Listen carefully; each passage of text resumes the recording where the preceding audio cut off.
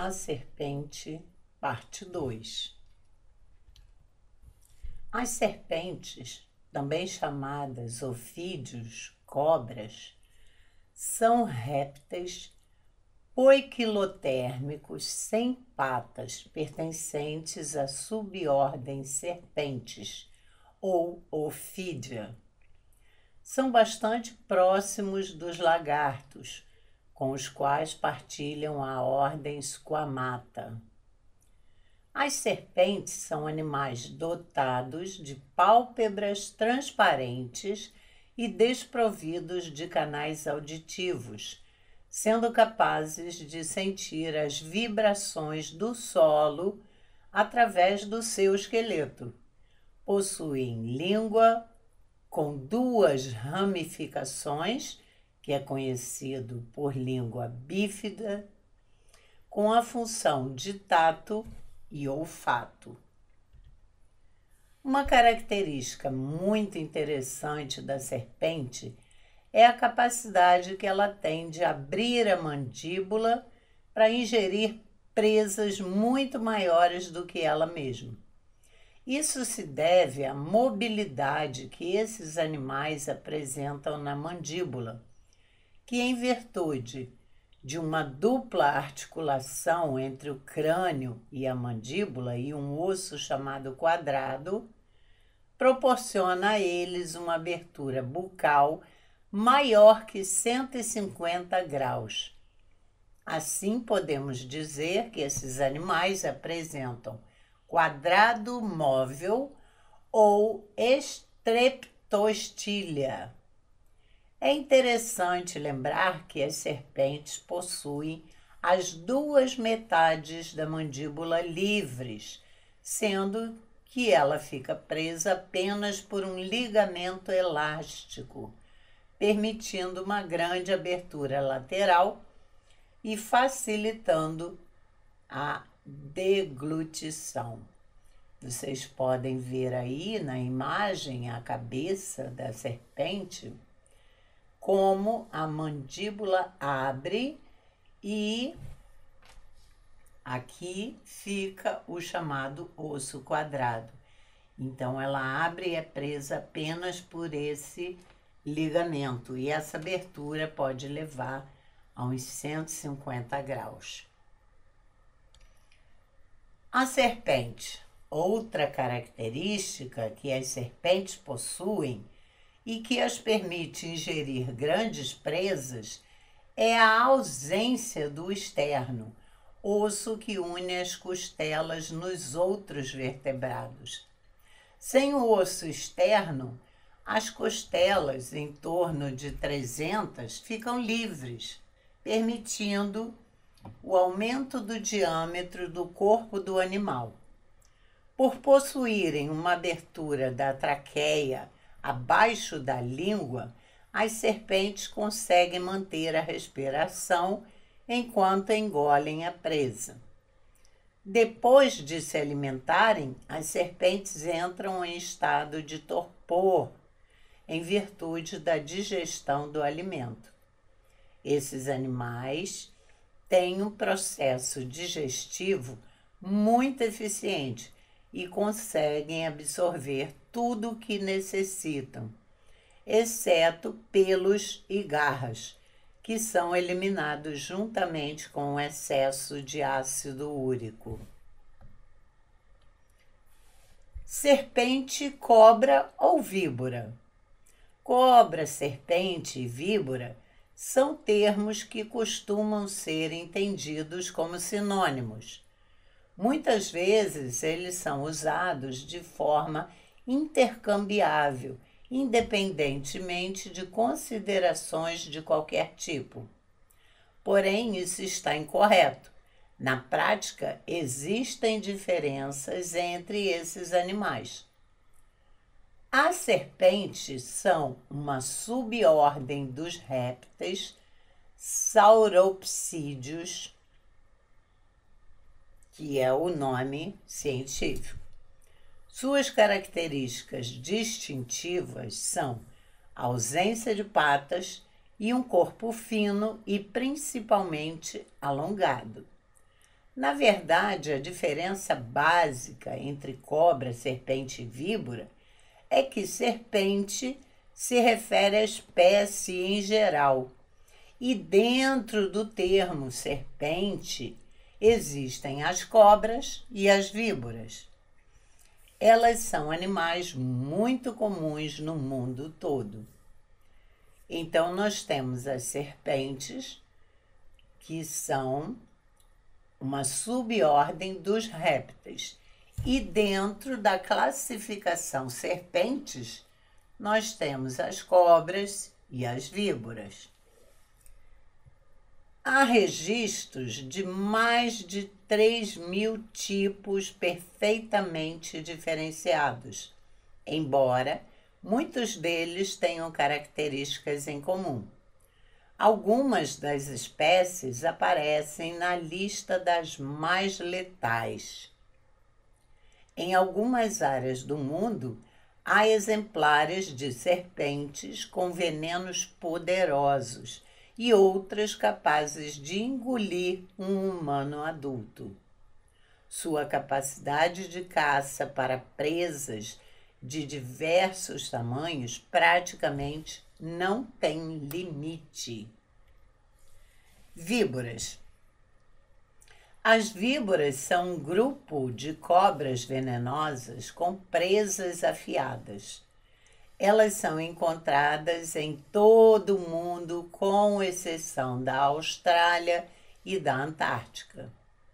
Existem cerca de 200 espécies de víboras, dentre as quais estão algumas das cobras mais mortíferas do mundo. As cascavéis são uma das espécies mais conhecidas. Algumas víboras têm menos de 30 centímetros de comprimento, mas outras chegam a medir 3 metros. O corpo de uma víbora pode ser fino ou grosso. Suas cores variam entre bege, verde e preto. Elas se camuflam bem nos lugares que habitam, o que as ajuda a proteger-se dos inimigos. As víboras têm cabeça triangular e muitas apresentam escamas que crescem verticalmente acima dos olhos, parecendo chifres. Suas presas são compridas, se comparadas às de outras serpentes. Quando uma víbora fecha as mandíbulas, as presas se dobram contra o céu da boca. A víbora não sai para caçar. Em vez disso, fica esperando que animais pequenos se aproximem. Quando a presa está perto, ela a morde e injeta seu veneno. Geralmente a presa morre logo depois, ali perto, e a víbora usa seu faro para localizá-la. E ela engole a presa inteira. Algumas espécies de víboras são conhecidas como crotalíneas ou cobras covinhas, porque possuem órgãos especiais, as covinhas, de cada lado da cabeça. Esses órgãos as ajudam a sentir o calor que emana do corpo de outros seres vivos. Quando a cobra covinha sente o calor de algum animal, ela consegue atacá-lo até mesmo no escuro. As cascavéis, as surucucus e as jararacas são cobras covinhas. Perigo iminente? As víboras são as serpentes mais perigosas que existem. No entanto, algumas cobras grandes também representam riscos significativos, principalmente em certas regiões da África, Ásia ou da floresta amazônica, entre o Brasil, a Colômbia e a Venezuela. Sua presença geralmente é percebida em áreas despovoadas, mas os desequilíbrios gerados pela ação, muitas vezes descontrolada do ser humano, fizeram com que esses répteis se instalassem em centros urbanos. A serpente na Bíblia.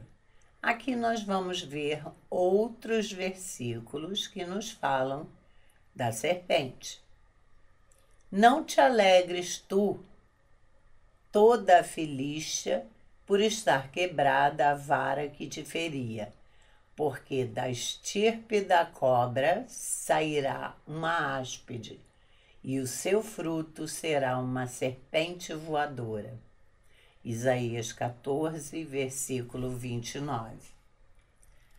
Naquele dia, o Senhor castigará com a sua dura espada, grande e forte, o dragão, serpente veloz, e o dragão, serpente sinuosa, e matará o monstro que está no mar. Isaías 27, versículo 1. Sentença contra a besta do sul. Através da terra da aflição e angústia de onde vem a leoa, o leão, a víbora e a serpente volante, levam a lombos de jumentos as suas riquezas, e sobre as corcovas de camelos os seus tesouros, a um povo que de nada lhes aproveitará. Isaías 30, versículo 6. O lobo e o cordeiro pastarão juntos, e o leão comerá palha como o boi. Pó será a comida da serpente. Não se fará mal nem dano algum em todo o meu santo monte, diz o Senhor. Isaías 65, versículo 25.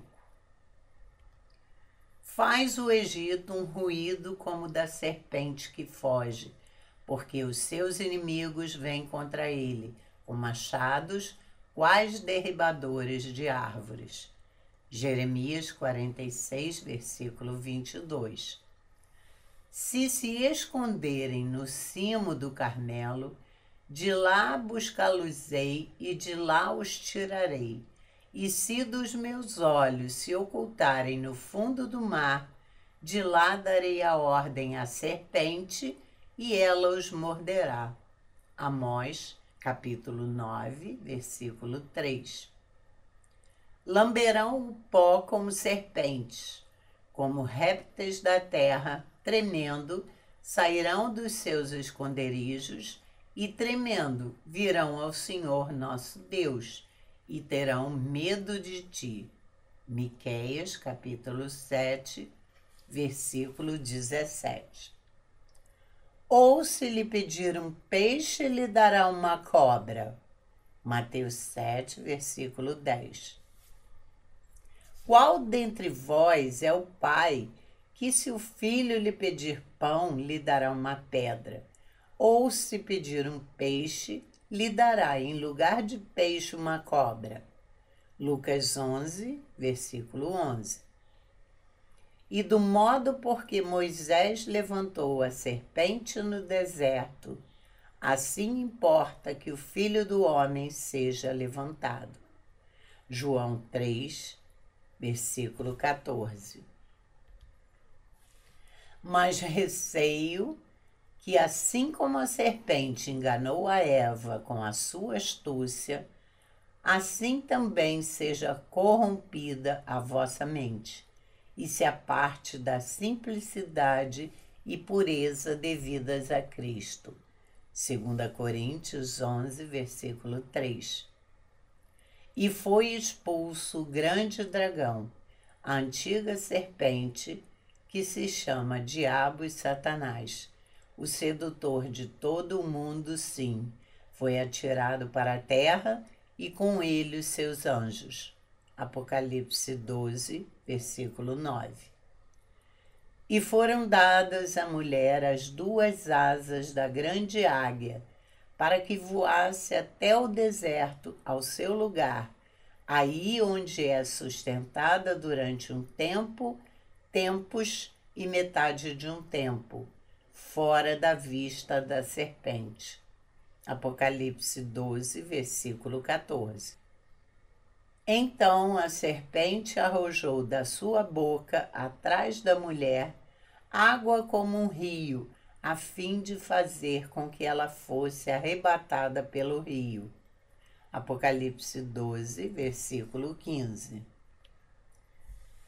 E o mal entrou no mundo. Então a serpente disse à mulher: é certo que não morrereis, porque Deus sabe que no dia em que dele comerdes, se vos abrirão os olhos, e como Deus, sereis conhecedores do bem e do mal. Vendo a mulher que a árvore era boa para se comer, agradável aos olhos e árvore desejável para dar entendimento, tomou-lhe do fruto e comeu, e deu também ao marido, e ele comeu. Gênesis 3, versículos 4 a 6. A antiga serpente, o diabo, Satanás, enganou Eva, e assim o casal caiu.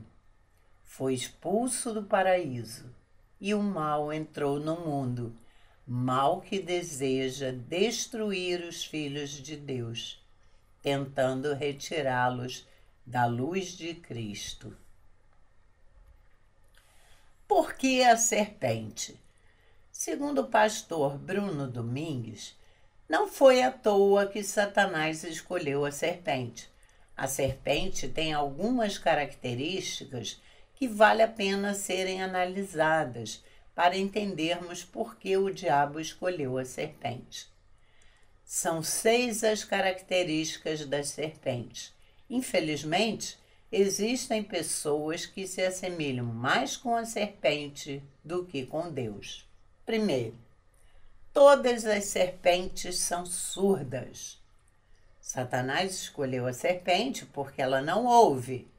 E assim como ela, existem pessoas que, por uma ação do mal, não dão ouvidos à voz do Senhor. O diabo engana as pessoas assim, porque sabe que a fé vem pelo ouvir. Como elas não ouvem, elas são enganadas. Ele é o nosso Deus e nós, povo do seu pasto e ovelhas de sua mão. Hoje, se ouvirdes a sua voz, não endureçais o coração, como em Meribá, como no dia de Massá no deserto, quando vossos pais me tentaram, pondo-me à prova, não obstante terem visto as minhas obras.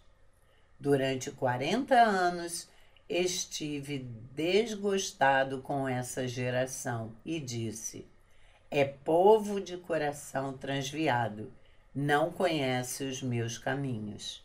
Salmos 95, versículos 7 a 10. Segundo, as serpentes têm a língua bífida, é a língua partida em 2. A língua das serpentes é dividida em 2 na ponta.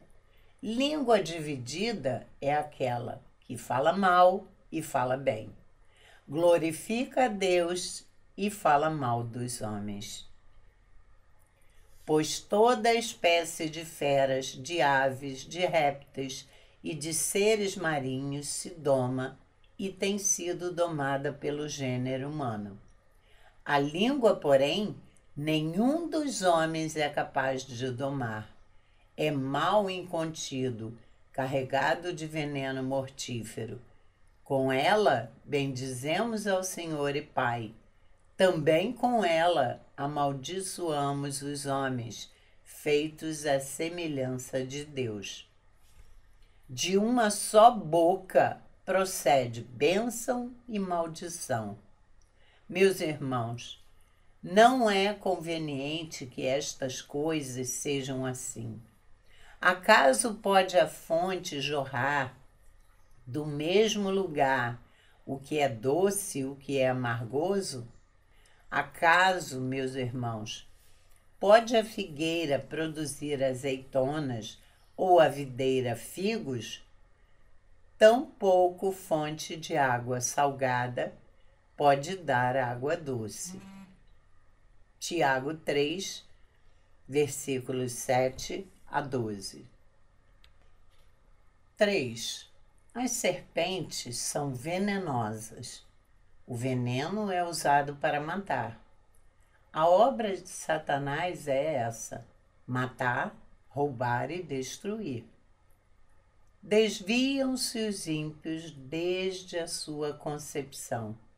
Nascem e já se desencaminham, proferindo mentiras.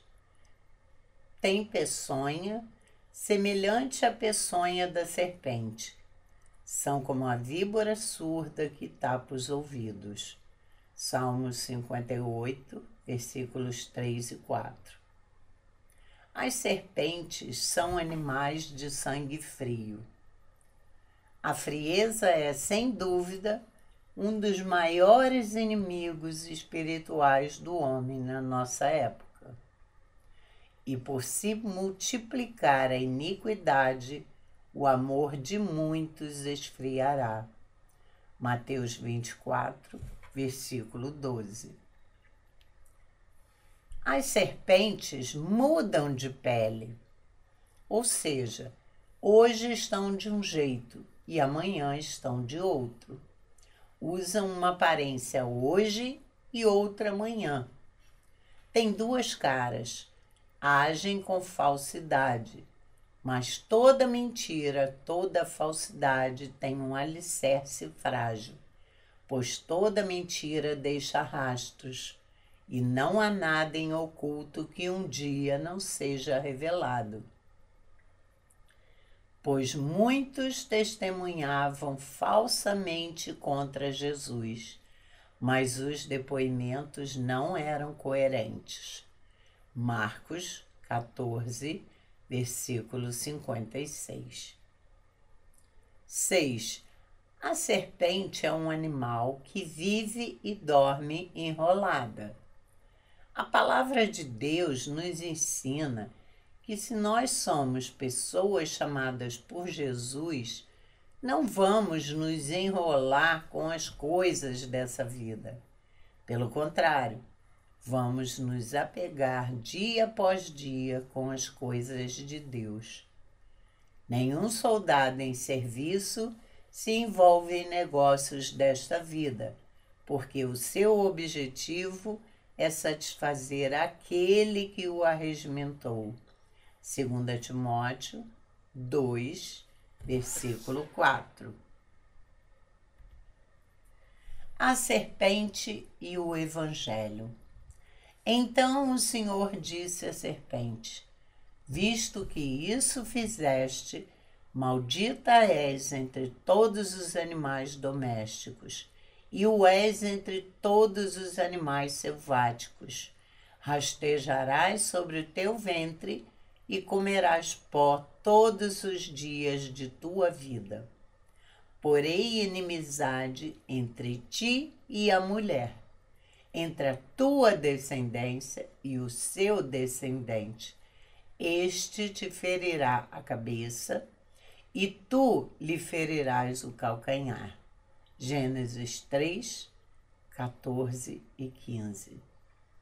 A antiga serpente, sabendo que o descendente da mulher lhe feriria a cabeça, tentou ao longo dos anos acabar com a descendência que traria o Messias. Primeiramente com Caim matando Abel. O escolhido por Deus era Abel, de quem ele se agradou da oferta. E aí a serpente, através de Caim, matando Abel, achou que a descendência estava terminada, que não haveria um descendente para pisar na sua cabeça. Mas Deus mandou outro filho a Adão e Eva, que foi Sete, de quem veio a descendência do Messias. ele também tentou com o dilúvio, fazendo com que o povo fosse tão mau que Deus destruísse a humanidade. Mas Deus, na sua imensa sabedoria e providência, escolheu uma família para salvar: Noé e seus filhos e as esposas de seus filhos. Ele também tentou com os filhos de Davi, que foram mortos. Porém, um deles foi escondido, e daí se manteve a descendência de Davi. Ele queria destruir todos os filhos de Davi, porque ele sabia que o Messias, ou descendente, que pisaria na sua cabeça, vinha da raiz de Davi. Só que um filho de Davi foi escondido e, com isso, permaneceu a descendência. Ele também tentou com a morte dos bebês em Belém por Herodes. E aí ele imaginou, bem, todos os bebês morrendo, não vai haver descendências. Se o descendente nasceu, há de morrer. Mas Deus, na sua providência, fez com que o anjo avisasse a José para saírem dali para o Egito. E assim Jesus foi salvo. E finalmente ele tentou com a traição de Judas Iscariotes. A Bíblia diz que ele entrou em Judas e com isso fez com que Jesus fosse traído. Judas traiu Jesus. Então ele pensou, que tinha vencido. E quando pensou que com a morte de Jesus ele tinha vencido, com a ressurreição e a ascensão de Jesus, ele é que acabou sendo vencido. Porque Jesus ressuscitou e pela sua morte ele nos perdoa. Então não há mais condenação. E o trabalho da serpente, que era condenar o povo de Deus, acabou. Porque agora o povo de Deus é salvo pelo sangue de Jesus. Houve peleja no céu. Miguel e os seus anjos pelejaram contra o dragão. Também pelejaram o dragão e seus anjos. Todavia, não prevaleceram. Nem mais se achou no céu o lugar deles. E foi expulso o grande dragão, a antiga serpente, que se chama Diabo e Satanás, o sedutor de todo mundo, sim. Foi atirado para a terra e com ele os seus anjos. Apocalipse 12, de 7 a 9. Aqui nós vemos que a partir do momento que o Senhor Jesus sobe, o acusador foi expulso, porque esse era o seu trabalho. E agora ninguém mais precisa desse trabalho, porque todos aqueles que creem no Senhor Jesus, pelo sangue dele, já estão justificados e nenhuma condenação mais há para esses que creem. Por isso festejai, ó céus, e vós, os que neles habitais, ai da terra e do mar, pois o diabo desceu até vós, cheio de grande cólera, sabendo que pouco tempo lhe resta. Apocalipse 12, versículo 12. Então ele foi expulso e veio para a terra, mas ele sabe que ele já perdeu. Só que ele vai ter esse tempo para tentar destruir alguma coisa, porque esse é o seu trabalho: matar, roubar e destruir, principalmente com os cristãos, aqueles que creem no Senhor Jesus, a igreja do Senhor Jesus. Ele sabe que pouco tempo lhe resta, mas ele quer fazer todo o estrago possível. Desde então, sua missão é perseguir a Igreja de Cristo e desviar os seus membros. O Senhor Jesus nos alertou, porque surgirão falsos cristos e falsos profetas, operando grandes sinais e prodígios para enganar, se possível, os próprios eleitos. Se possível, enganar até os eleitos. Isso está em Mateus 24, versículo 24. O Senhor Jesus nos avisa sobre falsos profetas e que poderão vir pessoas operando grandes sinais e prodígios para nos enganar. Por isso devemos ficar atentos. Irou-se o dragão contra a mulher e foi pelejar com os restantes da sua descendência, os que guardam os mandamentos de Deus e têm o testemunho de Jesus, e se pôs em pé sobre a areia do mar. Apocalipse 12, versículo 17. Então, como o dragão foi expulso, não conseguiu derrotar Jesus e foi derrotado, veio para a terra, o que ele resolveu fazer? Irar-se contra a mulher, que é a igreja, e pelejar contra a descendência dessa mulher, ou seja, os cristãos, os membros da igreja, aqueles que guardam os mandamentos de Deus e têm o testemunho de Jesus. O fim da serpente. O apóstolo Paulo nos alerta sobre o poder da serpente Satanás. Ninguém de nenhum modo vos engane, porque isto não acontecerá sem que primeiro venha a apostasia e seja revelado o homem da iniquidade, o filho da perdição, o qual se opõe e se levanta contra tudo o que se chama Deus, ou é objeto de culto, a ponto de assentar-se no santuário de Deus, ostentando-se como se fosse o próprio Deus. Não vos recordais de que ainda convosco eu costumava dizer-vos estas coisas? E agora sabeis o que o detém, para que ele seja revelado somente em ocasião própria.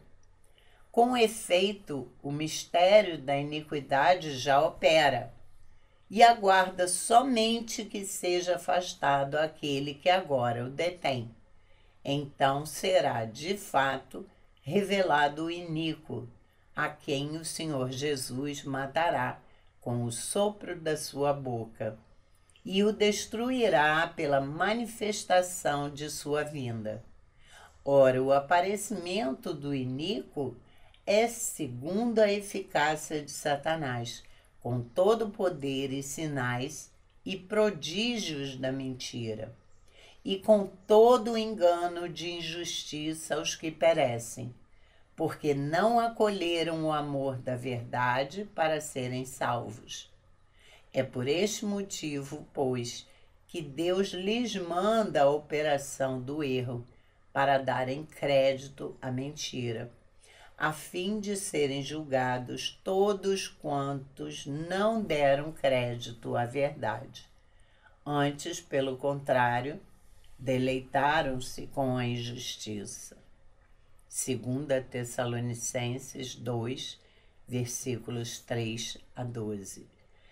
O apóstolo Paulo nos alerta que virá a apostasia somente depois da apostasia, não uma apostasia qualquer, mas a apostasia, grande, generalizada. Só depois será revelado o homem da iniquidade, que se levanta contra Deus, né? E que virá fazendo sinais e prodígios para enganar, se possível, até os eleitos. Mais alguma coisa o detém. Aqui se fala em muitas coisas. Muitos estudiosos debatem sobre aquilo que o detém, mas talvez seja o próprio Deus, né? O próprio Deus que detenha o seu trabalho, porque Deus é quem determina as coisas e talvez Deus o esteja detendo até o momento em que o Evangelho seja pregado em todo o mundo, pois assim o Senhor Jesus nos falou. E então virá o fim. Então é preciso que o Evangelho seja pregado. Talvez isso seja o que detém. E quando chegar a hora certa, quando Deus determinar, aí ele aparecerá. Nós já vemos alguns sinais sobre a apostasia. Talvez ainda não seja tão grande ou geral, mas são sinais que a gente pode perceber por tudo que o Senhor Jesus nos falou. Mas a gente sabe que o Senhor Jesus o matará apenas com o sopro da sua boca, né? E seremos vencedores.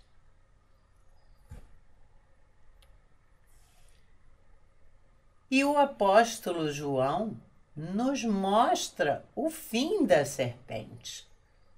O diabo, o sedutor deles, foi lançado para dentro do lago de fogo e enxofre, onde já se encontram não só a besta, como também o falso profeta, e serão atormentados de dia e de noite pelos séculos dos séculos.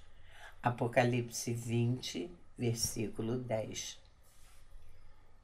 O apóstolo João, através de Apocalipse, nos diz qual é o fim da serpente.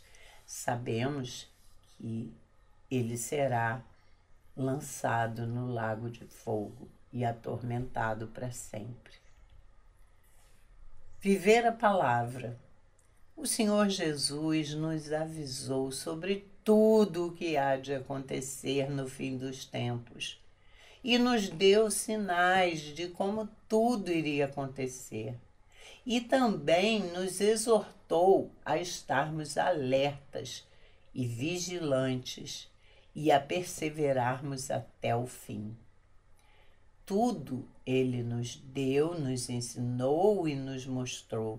Pediu que vigiássemos e que perseverássemos, pois ele diz: aquele que perseverar até o fim será salvo, mesmo que percamos nossas vidas, ou bens ou outras coisas. Porque quando o cristão morre e a serpente pensa que venceu, ela está sendo vencida. Quando o cristão morre, ele tem a vitória, porque ele vai para Cristo, que é incomparavelmente melhor. Somos raça eleita, sacerdócio real, nação santa, povo de propriedade exclusiva de Deus, a fim de proclamardes as virtudes daquele que vos chamou das trevas para a sua maravilhosa luz. 2 Pedro 2, versículo 9. Também somos povo de Deus, que não tinhas alcançado misericórdia, mas agora alcançastes misericórdia. 2 Pedro 2, versículo 10. E somos exortados, como peregrinos e forasteiros, a nos abstermos das paixões carnais que fazem guerra contra a alma. mantendo exemplar o nosso procedimento no meio dos gentios, para glorificarmos a Deus no dia da visitação. Portanto, toda a palavra de Deus nos foi dada para conhecermos a verdade, que nos libertará, porque já conhecemos o futuro da serpente e sabemos o que vai acontecer com ela, que ela será lançada no lago de fogo.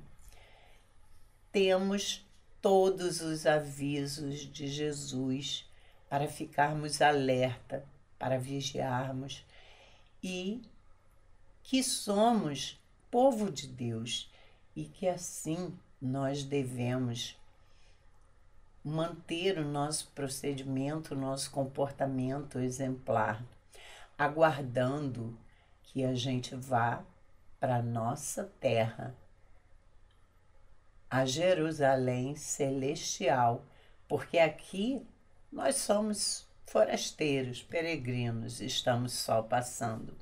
A nossa terra é lá, na Jerusalém celestial. E nós já conhecemos tudo o que era preciso para estarmos alertas, vigilantes. Conhecemos a verdade que nos libertará.